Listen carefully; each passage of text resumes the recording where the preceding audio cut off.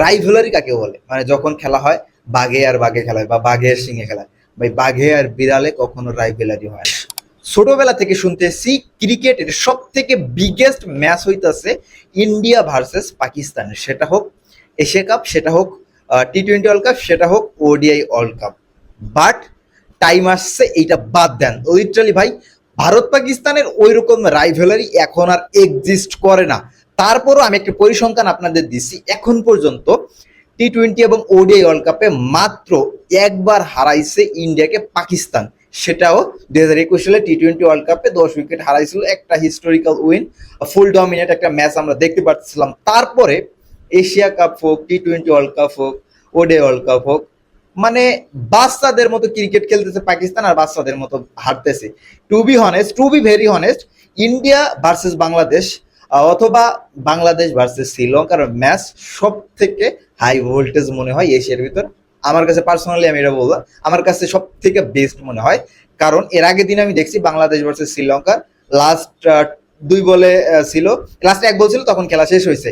তো high voltage, atmosphere, craziness Bangladesh শ্রীলঙ্কার ম্যাচে সব থেকে বেশি। কারণ দেখেন বাংলাদেশরে কিন্তু সুপার ফোরে উঠাইছে শ্রীলঙ্কা, আর ওই শ্রীলঙ্কারে মানে অলমোস্ট সুপার ফোর থেকে কিক আউট করতেছে বাংলাদেশ। তো বাংলাদেশ আর শ্রীলঙ্কার দৈরতটা কতটা হাইপ একটা ম্যাচ বুঝতে পারতেছেন, মানে কতটা আন্ডার রেটেড একটা রাইভেলারি বুঝতে পারতেছেন।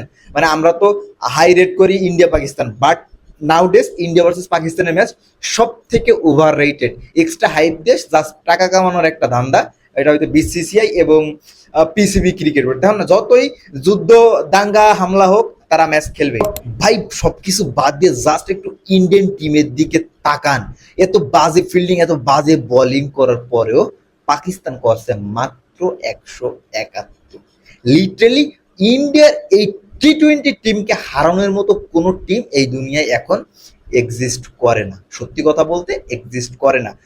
মানে আমি এক্সাইটেড হইতাছি 2026 সালের টি-20 ওয়ার্ল্ড কাপের জন্য, কারণ তখন খেলা হবে ইন্ডিয়ায়, আর ইন্ডিয়ার এই টিমকে কারা হারায় আমি সেইটা একটু দেখতে চাই। মানে আদৌ কি ইন্ডিয়াকে হারানোর মতো কোনো টিম এই দুনিয়ায় এক্সিস্ট করে?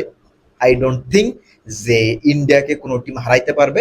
আর পার্টিকুলারলি যদি আমি বলি, এশিয়ার ভিতর কোনো টিম নাই ইন্ডিয়াকে বিট করতে পারবে বা একটা চ্যালেঞ্জ জানাইতে পারবে। বিকজ বুমরার মতো বলার আজকে 4 ওভারে 45, সব থেকে এক্সপেন্সিভ।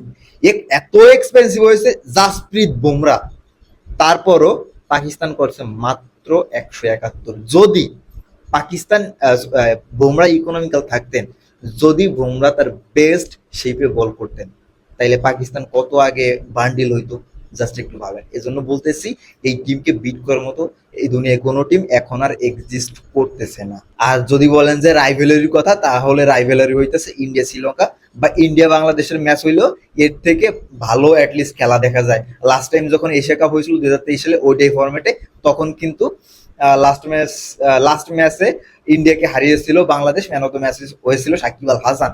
তো দেখেন যে লেটেস্ট কিন্তু আমরা ইন্ডিয়াকে হারিয়েছি ওডিআইতে, মানে এশিয়া কাপের ওডিআই একটা ম্যাচে।